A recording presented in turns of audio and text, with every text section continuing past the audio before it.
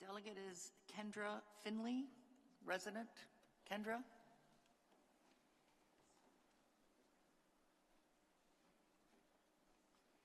I'd like to remind the audience too, this is a really serious topic. We all take it very seriously. The clapping and the cheering really doesn't help. It doesn't help your cause. We really want to treat this with the seriousness to which we all are giving it. Welcome, Kendra. Good morning, Mayor Parrish and members of Council. My name is Kendra. I'm a resident of Ward 1. I'm here today to ask you to pause the approval of all new data centers until a comprehensive framework is put in place to fully evaluate their long-term impacts on our communities. Data centers are often presented as clean, low-impact developments, but that picture as of right now is incomplete. I believe our communities deserve a full accounting of the benefits, the costs, and the impacts before these projects move forward.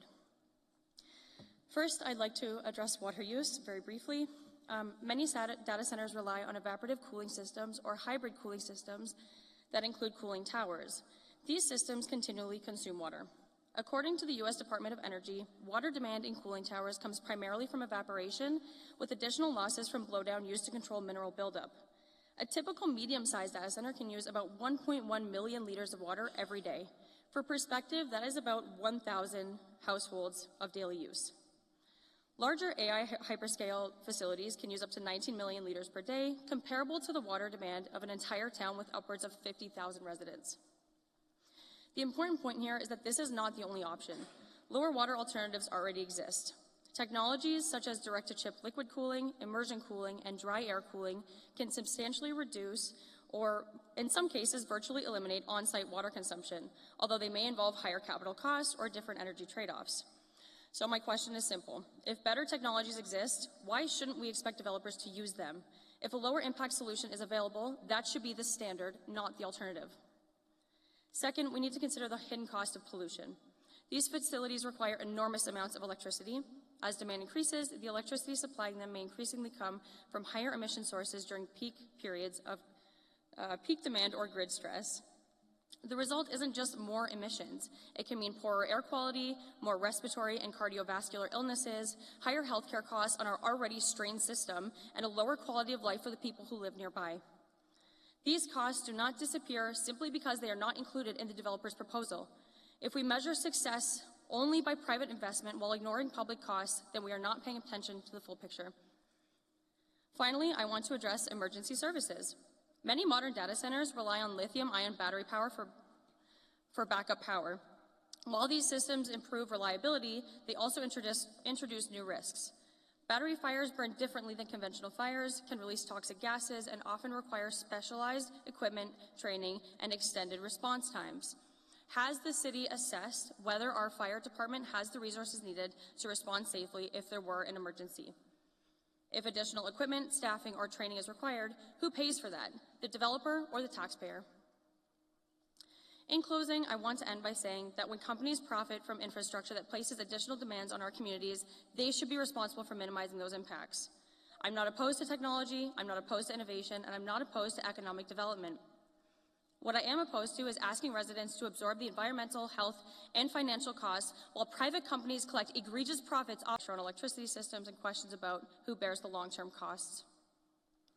Mississauga has an opportunity to learn from these experiences instead of repeating them. This isn't about saying no entirely to data centers. It's about saying not until we know for sure that they are being built responsibly.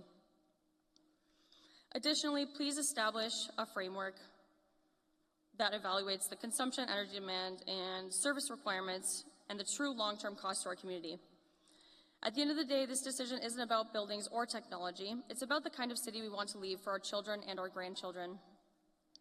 And what better city and what better mayor than you, Mayor Parrish, to go against the grain and lead the way? If we act first, other municipalities will follow. We have the chance to inspire real change simply by doing what is right. These companies do not have a resident's best interest in mind. All they care about is money. So I'm asking you today, Council, to do the opposite, put people over profit. Thank you. I yield my time.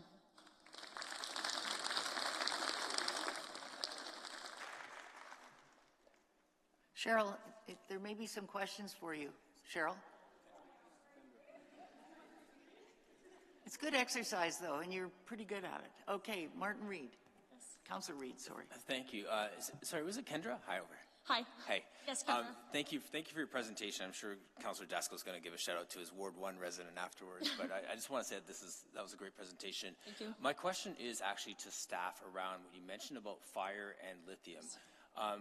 Staff, can we speak to, Ben, sorry, can we speak to, has there been any consultation from fire on lithium battery usage and, the different ways that could be part of a data center?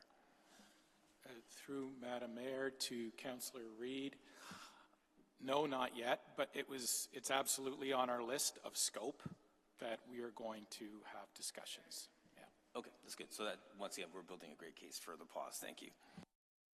And Councillor Daskell. Thank you, Madam Mayor, and thank you, Kendra, for coming, and really appreciate all the points that For a second, you're Cheryl, aren't you? Kendra.